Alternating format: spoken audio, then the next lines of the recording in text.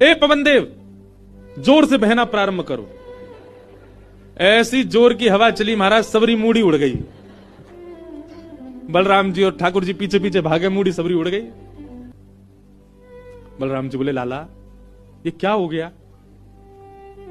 बोले भैया हम संकोच में कुछ कहते नहीं, आप बड़े भैया हो, पर हम एक बात कहें, लक्ष्मी के बिना सवाल हो रहा है हमारा। ठीक है बहू है, आपने समझा देते, आप भी बिल्कुल नाक फुला के बैठ गए, गुस्सा है के बैठ गए, चली गई बेचारी।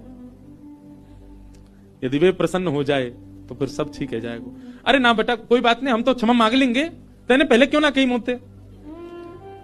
ठाकुर जी बोले अब कोई बात नहीं, अब चलते हैं, ढूंढे उनको कहां है। पुरी में ढूंढा, कहां है लक्ष्मी जी? लक्ष्मी जी उसी कन्या के घर में थी, उसी घर में थी जहां देख करके बलराम जी को हीन भावना आ गई थी। बलराम जी लेके गए, लाला यही घर में बैठी जब मैंने देखी काई। वहां जाकर के देखा तो महाराज उस घर में बिल्कुल जैसे मंदिर की रौनक होती है ऐसी रौनक उस घर की हो रही थी। फर्श लगे हुए हैं, बढ़िया सोने चांदी के बर्तन रखे हैं, एक जगमगा रहा है मणियों से पूरा घर भवन। और बाहर बैठ करके उस महिला के जिसके ऊपर कृपा की थी लक्ष्मी, उसके बालक भर भर के सामग्री दे रहे हैं लोगों को, भोजन की सामग्री, वस्त्र ले जाओ, ये ले जाओ, कोई गरीब कन्या के लिए धन ले जाओ, राशि ले जाओ, सोने की मोहर ले जाओ। लक्ष्मी जी बैठी है घर में।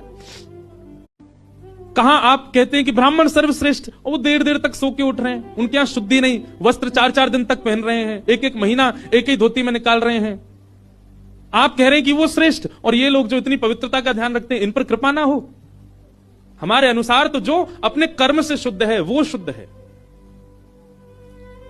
बलराम जी और ठाकुर जी दोनों मान गए, जैसी आपकी इच्छा। बोले नहीं, आज के बाद हम आपसे एक नियम चाहते हैं। क्या? बोले श्री जगन्नाथपुरी में नियम कर दीजिए। बोले क्या? जिस महाप्रसाद को ब्राह्मण पाएगा उसी महाप्रसाद को शूद्र भी पाएगा, दोनों को समान फल मिलेगा।